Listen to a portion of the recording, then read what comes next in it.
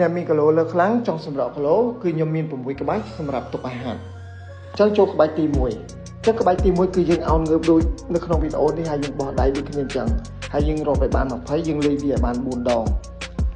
ចូលក្បាច់ទី2ក្បាច់ទី2គឺយើងរត់មកកន្លែង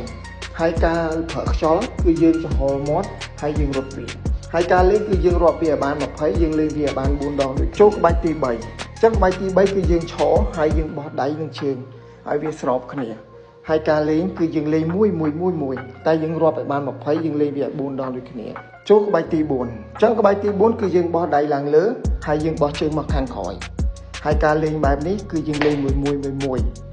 ហើយការរាប់គឺយើងរាប់វាឲ្យបាន20ហើយយើងលេងវាឲ្យបាន4ដងដូចគ្នាចូលក្បាច់ទី5ចឹងក្បាច់ទី5គឺយើងបោះដៃទៅខាងមុខទាំងឆ្វេងនិងទាំងស្ដាំហើយយើងបើកជើងហើយការលេងគឺយើងរាប់វាឲ្យបាន20យើងលេងវាបាន4ដងចូលក្បាច់បញ្ចប់ចុងក្រោយចឹងក្បាច់បញ្ចប់ចុងក្រោយនេះគឺយើងបោះដៃទៅខាងមុខហើយយើងបើកជើងហើយយើងលោតរាប់វាឲ្យបាន20ហើយយើងលេងវាឲ្យបាន4ដងដូចគ្នា